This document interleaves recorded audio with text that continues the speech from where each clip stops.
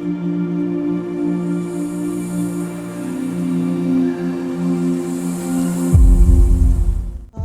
اللہ الرحمن الرحیم۔ شروع اللہ کا نام لے کر جو نہایت ہی مہربان اور رحم کرنے والا ہے۔ دنیا صرف 4 آدمیوں کے لیے ہے۔ حضرت ابو قبصۃ الانماری رضی اللہ تعالی عنہ فرماتے ہیں کہ انہوں نے نبی کریم صلی اللہ علیہ وسلم کو یہ فرماتے ہوئے سنا کہ میں 3 باتوں پر قسم کھاتا ہوں اور تم سے ایک بات کرتا ہوں کہ اسے اچھی طرح ذہن میں بٹھا لو۔ تو آپ صلی اللہ علیہ وسلم نے فرمایا کہ جن 3 باتوں پر میں قسم کھاتا ہوں ان میں سب سے پہلی بات یہ ہے کہ بندے کا مال صدقہ کرنے سے کبھی کم نہیں ہوتا۔ دوسری بات یہ ہے کہ جب بھی کسی بندے پر ظلم کیا جائے جس پر وہ صبر کرے اور جواب میں کوئی انتقامی کارروائی نہ کرے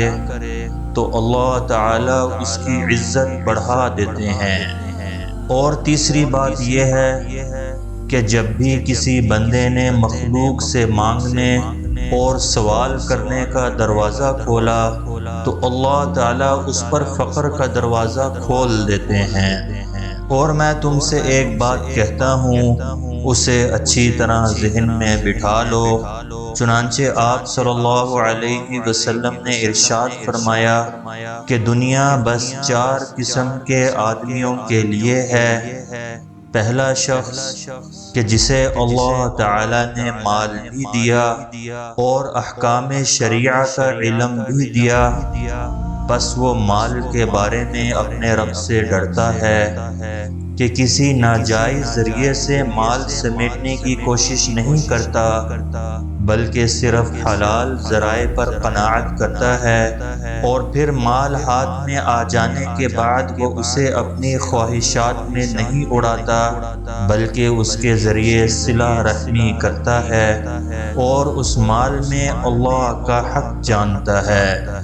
دوسرا شخص وہ ہے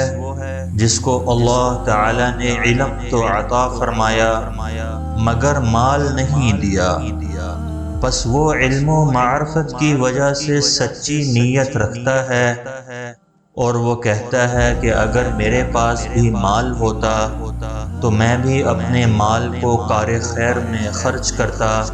بس اس شخص کو اپنی نیت کا ثواب ملے گا۔ بس ان دونوں شخصوں کا اجر و ثواب برابر ہے۔